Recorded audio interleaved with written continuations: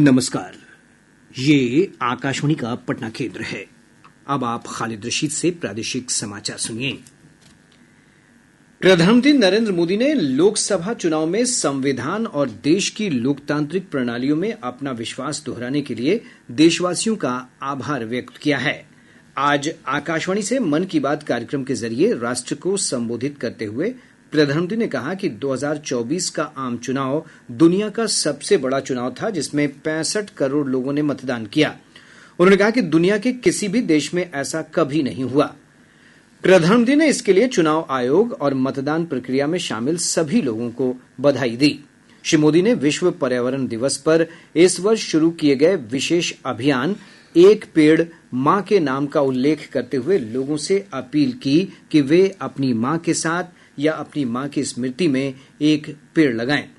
प्रधानमंत्री ने इस बात पर प्रसन्नता व्यक्त की कि लोग अपनी माता के साथ या उनकी तस्वीर के साथ पेड़ लगाने की तस्वीरें सोशल मीडिया पर साझा कर रहे हैं। श्री मोदी ने कहा कि इस अभियान से धरती माता को लाभ होगा और उसकी रक्षा भी होगी। प्रधानमंत्री ने मानसून का उल्लेख करते हुए इस सीजन में भी वोकल फॉर लोकल का आह्वान किया। श्री मोदी ने केरल में बनाए जाने वाली एक विशेष छतरी कारथुम्बी का उदाहरण दिया। उन्होंने कहा कि केरल की आदिवासी महिलाओं ने उद्यमिता का अद्भुत उदाहरण पेश किया है। प्रधानमंत्री ने कहा कि अन्य भागों में भी ऐसे ही प्रयास किए जाने चाहिए। श्री मोदी ने कहा कि कुवैत सरकार ने अपने राष्ट्रीय रेडियो पर हिंदी में एक विशेष कार्यक्रम शुरू किया है। इसे कुवैत रेडियो पर हर रविवार को आधे घंटे के लिए प्रसारित किया जाता है। श्री मोदी ने कहा कि भारतीय फिल्म और कला जगत से जुड़ी चर्चाएं वहां भारतीय समुदाय के बीच काफी लोकप्रिय है। प्रधानमंत्री ने इस पहल के लिए कुवैत सरकार और वहां के लोगों को धन्यवाद दिया। प्रधानमंत्री ने मन की बात में हाल ही में संपन्न योग दिवस का भी जिक्र किया। उन्होंने कहा कि पूरी दुनिया ने 10वें अंतर्राष्ट्रीय योग दिवस को भरपूर उत्साह और उमंग के साथ मनाया।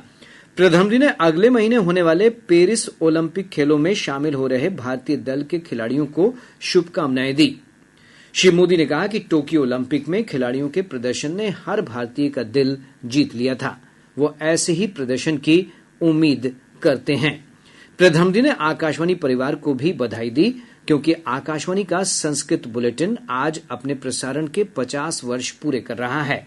उन्होंने कहा कि 50 वर्षों से लगातार इस बुलेटिन ने बहुत से लोगों को संस्कृत से जोड़ रखा है। प्रधानमंत्री ने मन की बात के माध्यम से लोगों से एक बार फिर जुड़ने में प्रसन्नता व्यक्त की। उन्होंने कहा कि मन की बात रेडियो का कार्यक्रम कुछ महीनों के लिए रुक गया था, लेकिन देश और समाज में मन की बात की भावना लगातार बनी रही। श्री मोदी ने कहा कि मन की बात के माध्यम से भारत की समृद्ध संस्कृति, इतिहास और विकसित भारत बनाने की दिशा में किए जा रहे प्रयासों पर चर्चा होती रहेगी। 3 नए आपराधिक कानून भारतीय न्याय संहिता बीएनएस, भारतीय नागरिक सुरक्षा संहिता बीएनएसएस और भारतीय साक्ष्य अधिनियम बीएसए कल से लागू हो जाएंगे।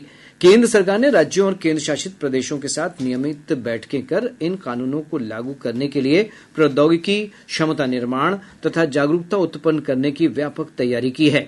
इस संबंध में पुलिस और जांच अधिकारियों को प्रशिक्षण दिया गया है।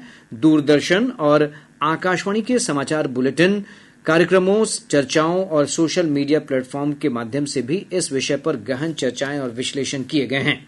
इसके अतिरिक्त विद्यालय और उच्च शैक्षणिक संस्थानों में नए कानूनों से जुड़े पाठ्यक्रम मॉड्यूल को अनिवार्य रूप से शामिल किया गया है। नए आपराधिक कानूनों में जांच, मुकदमे और अदालती कार्यवाही में प्रौद्योगिकी पर जोर दिया गया है। जनरल उपेंद्र द्विवेदी ने आज नई दिल्ली में नए थल सेना अध्यक्ष के रूप में कार्यभार ग्रहण कर लिया। जनरल द्विवेदी ने 15 दिसंबर 1984 को थल सेना की इन्फेंट्री, जम्मू और कश्मीर राइफल्स में कमीशन प्राप्त किया था। मानसून के प्रभाव से राज्य के अधिकतर भागों में बारिश हो रही है। मौसम विभाग ने कहा है कि अगले 3 से 4 दिनों तक प्रदेश के उत्तर पश्चिम, उत्तर मध्य समेत विभिन्न भागों में मध्यम से भारी वर्षा हो सकती है।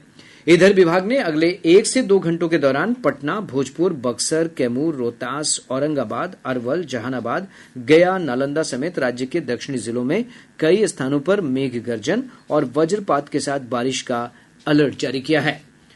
इसके साथ ही आकाशवाणी पटना से प्रसारित प्रादेशिक समाचार का ये अंक समाप्त हुआ।